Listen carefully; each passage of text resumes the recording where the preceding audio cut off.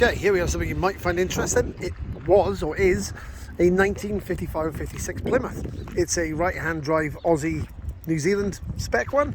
Probably built in Oz, I guess, and shipped over here. Might have even been a Canadian import. This started as a sport Suburban. Hard to believe that. And they chopped it down to this. Badly. So this is pretty much what's left of it. This is now a piece of art, possibly. It's a kid's playground. It's a piece of outside art. It's a road sign. But what it definitely isn't is a car. There's a few reasons for this.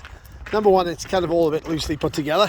Could really do with somebody getting out with a welder and putting it back together. And the second part is, the last person to put it together seems to put it together with rivets. So I don't actually know what he's done. It's kind of cool in here though. It's got most of the dash left. Like really, if you're going to leave this as a kid's playground, you're probably going to have to at least tack some metal back into the floor. The guy was apparently driving around in this, which blows my mind because it's terribly put together.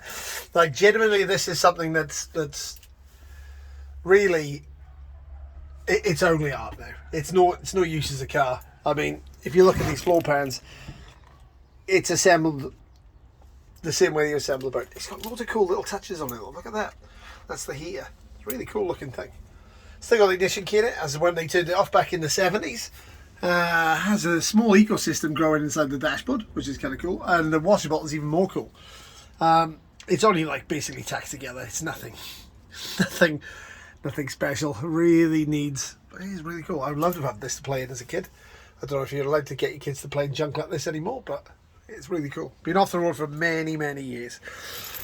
Somebody asked me if it has any rust, and I'm like, oh yeah, for sure. But if you got a welding stick and you just fancy a bit of fun, you can put this back together as maybe something you could drive around your yard, run the property, maybe a QB cruiser. Depends how brave you're feeling. If you look in the back, look, you can see where he's converted the rear window of the Suburban into the back window of the Ute. Kind of cool. It's kind of cool. If only you could have welded rather than just put it together with little tiny rivets, that would have been really good. There's bits and pieces left here. The bottom corners of the wings are here. You know, you can put it together into something interesting. It really needs a couple of headlights put in it and a better grille made up for it. But it's really cool. It's such a good, like I saved it because I liked it. But yeah, it's definitely not going on the road again. Maybe run the paddocks. Maybe, if you're brave. There is a flathead 6 that can come with it, but that looks like it's seen its last revolution. And yeah, I hope you like this as much as I do. I think it's really cool. Like, I mean, obviously not lovely. The concept is a good idea. If you wanted to know how to put a ute back together. The back is really well done. And it's actually surprisingly comfortable when you sit in it. This is it though. It's not any more complete than this. There's no engine in it. There is parts to go for the rest of the interior to put it together. Got a door card here for it. But yeah, I don't really see this going as, like, I'd love to drive this around the paddock, so this would be so much fun. Take it around one of the car shows, drive around the dirt tracks, whatever. But whatever you're going to do, you're definitely not putting this back on the road. Not ever. But yeah, if you're interested, it's actually there for sale. And I've got it at $700 no reserve, which is definitely worth that. If you want something to hang your shop sign on, give it a quick coat of paint, tack it back together with a welder, whatever. It's here. It is blocking my yard and I'd love it to be gone, so that's awesome. And if you need some forward look parts, well, I suppose there's some of it. 56. I actually think 56 was the forward look. I think it was 57 onwards.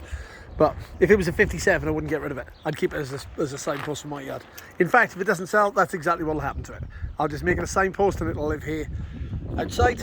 And that's really what it'll do. I'll just stick a wrecking yard sign on the back of it, tack the rest of it together over a weekend, and that's what I'll do. But hopefully somebody else is keener than I am for it. So I hope you all enjoyed it. If you liked it, like and subscribe, and I'll show you more junk, better cars, bit of everything soon. Thanks. Cheers.